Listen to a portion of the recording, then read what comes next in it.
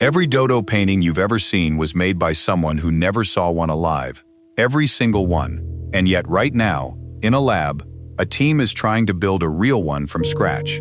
That gap, between the myth and the machine trying to fix it, is where this story actually lives. So here's what we're actually untangling today. Did the dodo truly vanish forever? Or is there a genuine path back to it? The answer splits into two completely different stories, and by the end you'll know which one is real and which one is wishful thinking. Start with what we actually know for certain, because it's less than you'd think.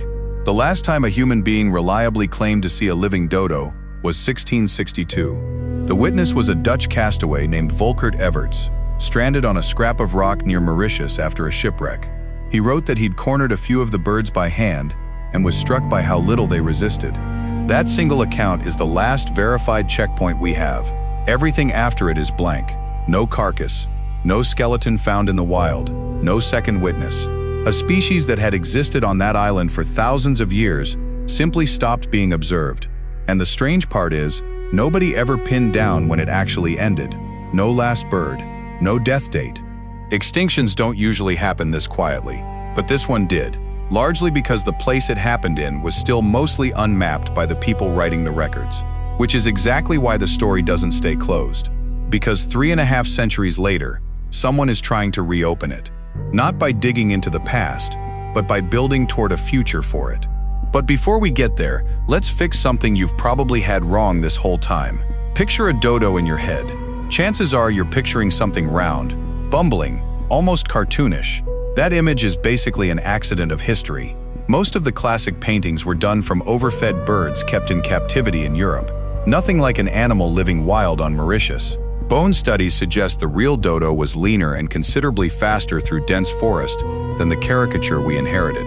We built a cartoon first and mistook it for the truth second.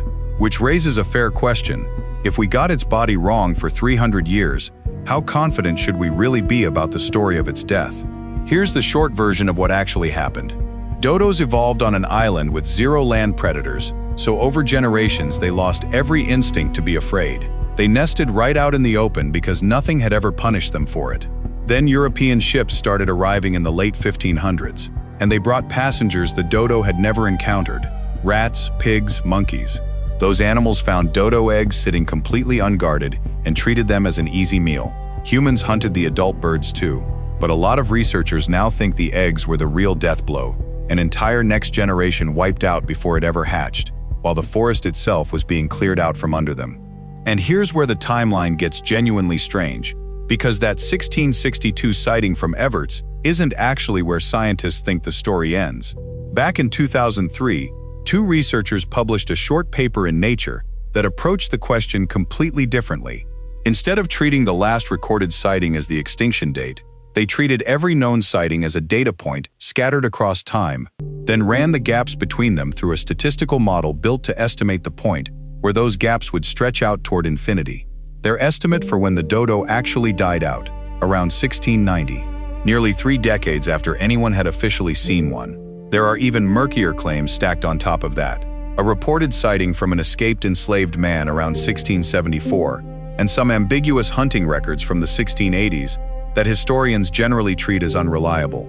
None of it confirmed, but it paints a long fade-out instead of a clean ending. And fade-outs are exactly where legends get born. Be honest with yourself for a second. You just heard 30 extra undocumented years, and some part of your brain immediately jumped to a hidden valley somewhere, with dodos still wandering around in it. I get it. Let's actually test that idea, instead of just enjoying it. Mauritius today isn't some untouched wilderness. It's a country of over 1 million people, spread across roughly 2,000 square kilometers of farmland, roads, and resorts. Every reachable corner of that island has been mapped, walked, or built on, and the dodo is close to the worst-case animal for staying hidden, about 1 meter tall, ground nesting, and famously unafraid of people. Species that genuinely do turn up again after decades tend to be small, nocturnal, and living somewhere humans rarely go. Deep canopy, ocean trenches, remote caves. A large, fearless, flightless bird, leaving behind 0 bones, 0 feathers, and 0 sightings for over 3 centuries on a populated island, isn't a survival story. It's just not physically plausible. We have the skeleton, We have the full genome. What we don't have, after 300+ years of an island full of curious people, is a single verified trace of a living one. At this point, that absence isn't a mystery, it's the answer. But that's not where this story ends, because the real second act isn't in a jungle, it's in a lab.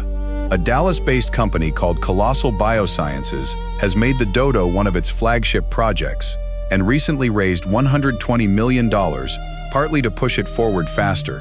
Their approach starts with the fact that the dodo's closest living relative is a bird called the Nicobar pigeon. So the plan is to take that pigeon's genome and edit it, piece by piece, towards something dodo-like. The problem is, you can't clone a bird the way you'd clone a mammal. The whole embryo develops sealed inside a shell, completely out of reach. So instead, scientists grew primordial germ cells from pigeons, the precursor cells that eventually become eggs and sperm, and they're editing those cells before placing them into chickens, engineered to act purely as surrogates. Say that back to yourself slowly. A chicken, laying an egg, engineered to hatch something built to resemble a dodo. They've already established a breeding flock of Nicobar pigeons in Texas, and they're working with the Mauritian Wildlife Foundation to plan the eventual rewilding. Colossal's own estimate puts a dodo potentially setting foot back on Mauritius somewhere in the next 5 to 7 years. The honest caveat, and it matters, what eventually hatches won't technically be a real dodo. It'll be a heavily modified pigeon, engineered to resemble a bird no living person has ever actually seen. So, is the dodo still alive, hiding somewhere in a forest, waiting to be rediscovered? No. That door shut centuries ago, sometime in an undocumented gap between 1662 and 1690 that we'll never pin down exactly. But standing again someday, on the island it vanished from, built out of pigeon cells and a few $100 million of ambition, that question is wide open. And for the first time, we're not asking how we lost this bird. We're asking whether we get to decide it comes back. This isn't even Colossal's only project. They're running the same playbook on the woolly mammoth, the Tasmanian tiger, and a giant extinct bird called the moa. And one of those efforts has already produced living animals people are calling the first true de-extinction on record. If you want to know which one, and whether it actually holds up, subscribe, because that's next.